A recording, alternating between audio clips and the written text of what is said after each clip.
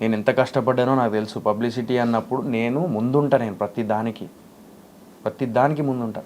ఈరోజు హరిత గారు అండ్ అభి గారు, ఆ director, Lucky Lakshman director and producer, ఈ రోజుకి కూడా నా ప్రీ రిలీజ్ ఈవెంట్కి వచ్చి నా గురించి అంతలా మాట్లాడుతున్నారంటే కేవలం కారణం నా కష్టం వాళ్ళకి తెలుసు. ప్రతి ప్రొడ్యూసర్కి నేను అండగా ఉంటా.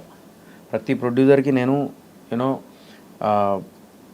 వెనకాల లైక్ ఉన్నా చలో వెళ్దాం అని చెప్పేసి ఇది చేస్తూ ఉంటా. అలాంటి నాకు ప్రొడ్యూసర్స్ అని గొడవ అయినప్పుడల్లా ఎందుకు అవుతుంది అంటే కంటెంట్ క్వాలిటీ కోసం అయితే తప్ప నాకేం పర్సనల్ గ్రడ్జ్ కాదు అది.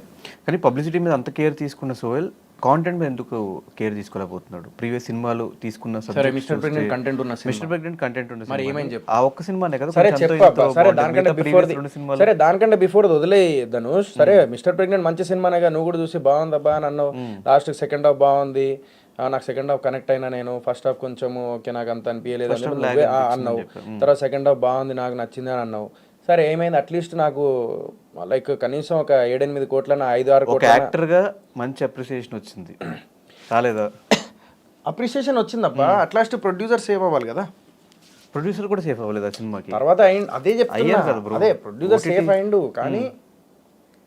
కానీ నేను అనేది అదే సినిమా వేరే ఇంకొంచెం లైక్ పెద్ద ప్రొడ్యూసర్ దగ్గర ఉండేది ఉంటే ఆ సినిమాని నెక్స్ట్ లెవెల్ తీసుకెళ్ళేటోళ్ళు ఇంకా. ఎందుకంటే there are so many things, మనం అనుకున్నంత ఈజీ కాదు ఈ ఫీల్డ్లో. సినిమా ముందుకు తీసుకెళ్ళి దాన్ని హిట్ చేయాలి, దాన్ని ముందుకు తీసుకెళ్ళాలంటే చిన్న విషయం కాదు.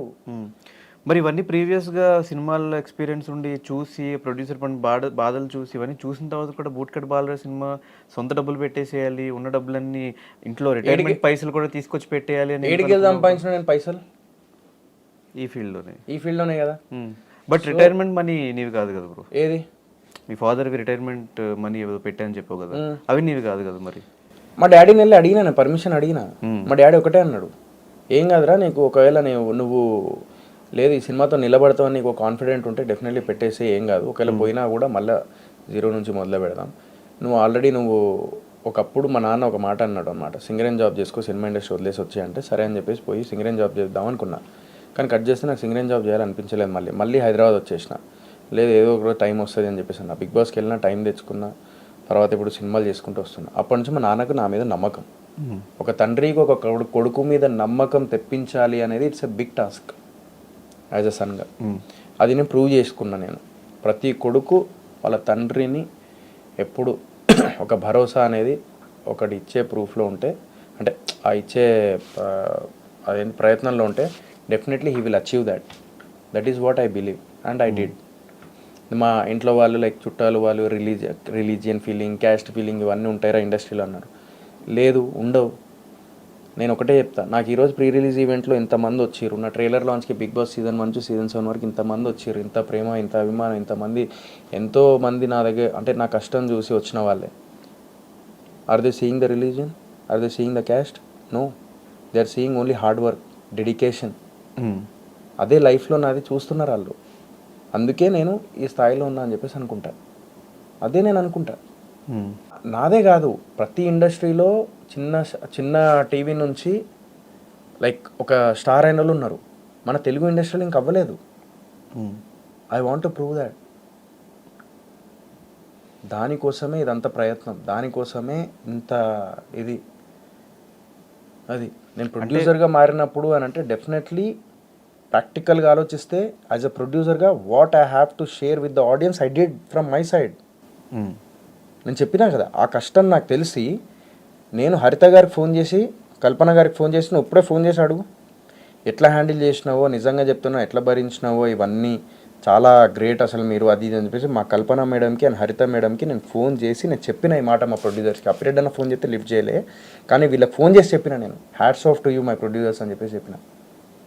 ప్రొడ్యూసర్గా మారిన తర్వాత ఒక మనిషికి ఒక ఎక్స్పీరియన్స్ వస్తుంది లైఫ్లో. మనిషి ఎప్పుడూ ఒకేలా ఉండడు. జీవితంలో అనుభవం కొద్దీ, ఒక ఎక్స్పీరియన్స్ వస్తున్న కొద్దీ వాడు మారుతూ ఉంటాడు. ఆ మార్పు ఇప్పుడు యాజ్ అ ప్రొడ్యూసర్ అయినప్పుడు ఇంకొంచెం యాక్టర్గా నెక్స్ట్ మూవీకి నా ప్రొడ్యూసర్కి ఇంకెంత సపోర్ట్ ఉండాలి, ఇదే తపన అప్పుడు కూడా ఉండాలి అని చెప్పి నేను ఫిక్స్ అయిపోయి కూర్చున్నా. Every movie I did that. మోకాళ్ళ మీద ఆర్గానిక్ మామ హైబ్రిడ్ వెళ్ళేటప్పుడు నేను ఇప్పుడు కూర్చొని నా కాలేజ్ చూసుకో యూట్యూబ్లో. కానీ ఇప్పుడు మొత్తం అన్ని డబ్బులు పెట్టేసిన తర్వాత ఒకవేళ రిజల్ట్ అటు ఇటు అయితే ఏంటి బ్రో పరిస్థితి? రిజల్ట్ అటు ఇటు అయితే మళ్ళీ ఏమున్నది మళ్ళీ ఇక్కడికి ఆగిపోను కదా, నా లైఫ్ ఇక్కడికి ఆగిపోదు కదా. నేను తిండి లేకుండా అయితే లేం కదా. ఇన్స్టాగ్రామ్లో ఒక పోస్ట్ పెడితే పైసలు వస్తాయి, ఓకే, దాంతోనన్నా బతుకుతా. కానీ నెక్స్ట్ సినిమా ఇంకా ఇక్కడ తాగదా, నెక్స్ట్ సినిమా కూడా ఉంటుంది, ఇదే ఉంటుంది. ప్లస్ నా ఫ్రెండ్ పండుగాడు ఉన్నాడు, వానికి మెల్లమెల్లగా ఇస్తారా బాయ్ అని చెప్పేసి చెప్తే వాడు కూడా 100% నీకు తెలియదు ఏమున్నా దాని గురించి, వాడు కూడా ఓకే రాది అని చెప్పేసి అంటాడు. అది సో నేనేందంటే ఒకటే బిలీవ్ చేసిన, నా సినిమా మీద నమ్మకం ఉంది కాబట్టే నేను పెట్టిన. నమ్మకం లేకపోతే నేను పెట్టడమే కాదు. నేను ఈవెన్ ఐ థింక్ నువ్వు పండు ఇద్దరు వచ్చి చూసిర్రా సినిమా? నేను రాలే, పండుగాడు చూసిండు. నీ మిస్టర్ ఆ సినిమా పెట్టేటప్పుడు, ఆ సినిమా డబ్బులు పెట్టేటప్పుడు వాడు వచ్చి అవుట్పుట్ చూసిండు ఫస్ట్. అవును, చూసే వాడు పెట్టిండు. అవును, అది నా దగ్గర అయిపోయినాయి అప్పటికి 43 మొత్తం అయిపోయినాయి. అయిపోయిన తర్వాత ఇటు దిగిండు. కానీ ఈ సినిమా మీద అంత కాన్ఫిడెన్స్ రావడానికి రీజన్ ఏంటి? ఏం ఎక్కువ ఎలిమెంట్స్ ఉన్నాయి నచ్చే, ఆడియన్స్కి నచ్చే ఎలిమెంట్స్? నచ్చే elements first of all like songs అయితే నెక్స్ట్ లెవెల్, అది ఆల్రెడీ ప్రూవ్డ్. అది ప్రతి సాంగ్ అయితే థియేటర్లో ఫుల్ ఇది ఉంటుంది, హై ఉంటుంది. అండ్ నెక్స్ట్ వచ్చేసి లాంగ్వేజ్ కొత్తగా ఉంటుంది. అండ్ థర్డ్ వచ్చేసి లైక్ ప్రతి సీన్ ఎంటర్టైన్మెంట్గా ఉంటుంది, ప్రతి సీన్ డైలాగ్స్ కూడా బాగుంటాయి. ఈవెన్ నువ్వు చూసుకున్నట్లయితే ఇప్పుడు నువ్వు ట్రైలర్ మొత్తంలో చూసే ఉంటావు, లైక్ ఆస్తులు లేకపోయినా దోస్తులే మా ఆస్తులు అని చెప్పేసి బతికేటోళ్ళం రా, తాగొచ్చిన వాసన వస్తాను దూరం జరుగు అంటే, అబ్బా తాగితే వాసన రాక వాషింగ్ మిషన్ వస్తుందా? ఏది ఓటు చాలా విలువైనది అంటే, నువ్వు తెలుసు అందుకే పైసలు ఇచ్చిన, అంత విలువైన ఓటుని ఎవ్వరికి అయ్యా నేనే ఉంచుకుంటా అని చెప్పేసి వెళ్ళిపోతుంది. ఇంకోటి ఫ్రెండ్షిప్ అనే షిప్లా జాగితే ఆ షిప్ని ముంచే రకం రాడు. సో ఇలాంటి ప్లస్ ఆడు ఎమోషనల్కి వచ్చేసరికి వాడు నువ్వు గెలిచినా ఓడినా నా కొడుకు వేరా అని అంటది.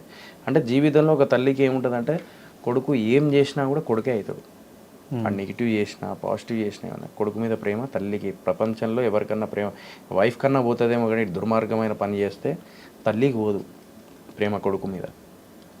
అది సినిమాలో ప్రతి ఒక్కటి ఎమోషనల్ కానీ ఫన్ కానీ, లైక్ నీకు ఫస్ట్ నుంచి లాస్ట్ వరకు నీకు కావాల్సింది ఏంటి సినిమా చూస్తున్నప్పుడు? బోర్ కొట్టకుండా ఎంటర్టైనింగ్ ఉంటే చాలు, అంతేనా? ఇదే ఆ సినిమాలో ఉంటుంది. కానీ ఇలాంటి సినిమాలు చాలా చూసాం కదా బ్రో, అంటే ఇలాంటి సినిమా సరే, ఇలాంటి సినిమాలు రెగ్యులర్ కాన్సెప్ట్ కాదు, రెగ్యులర్ కాన్సెప్ట్ ఒకటి చెప్తా విను. సరే సలార్ హిట్టా? సలార్ హిట్టే కదా. KGF hit. మరి కేజీఎఫ్ సలార్ రెండు కొంచెం మ్యాచ్గానే ఉంటుందా? ప్రాక్టికల్ ఒప్పుకో, అవునా? రెండు హిట్టే కదా. ట్రీట్మెంట్ వేరు. సామాజ వర్గమన హిట్టే కదా. ఎన్ని కోట్లు సంపాదించింది? 50 కోట్లు సంపాదించింది కదా సినిమా. 50 కోట్లు ఈజీగా 50 కోట్లు సంపాదించింది. ట్రైలర్ చూసిర్రా? ట్రైలర్ చూసినప్పుడు ఇది కొత్తగా ఉంటుంది అని చెప్పేసి అనుకున్నావా? లేదు కదా. రెగ్యులర్ ఫార్మాట్ అనుకున్నావు కదా. ఫ్రాంక్లీ మాట్లాడు, అనుకున్నావు ట్రైలర్ చూసి. కానీ సినిమా ఏమైంది? రిజల్ట్ హిట్ అయింది కదా. నువ్వే నాకు ఫోన్ చేసి చెప్పినావా సినిమా బాగుంది బ్రో అని అన్నావా? మరి సో డెఫినెట్లీ ఈ సినిమా కూడా బూట్కట్ బాలరాజు అదే రిజల్ట్ ఇస్తుంది. అందుకే పైసలు పెట్టిన, అందుకే అంత ధైర్యంగా ఉన్నా. అది కానీ ఈ సినిమా కూడా సలార్లని రిలీజ్ డేట్లన్నీ మార్చుకుంటూ రీజన్ ఎప్పుడో అయిపోయింది.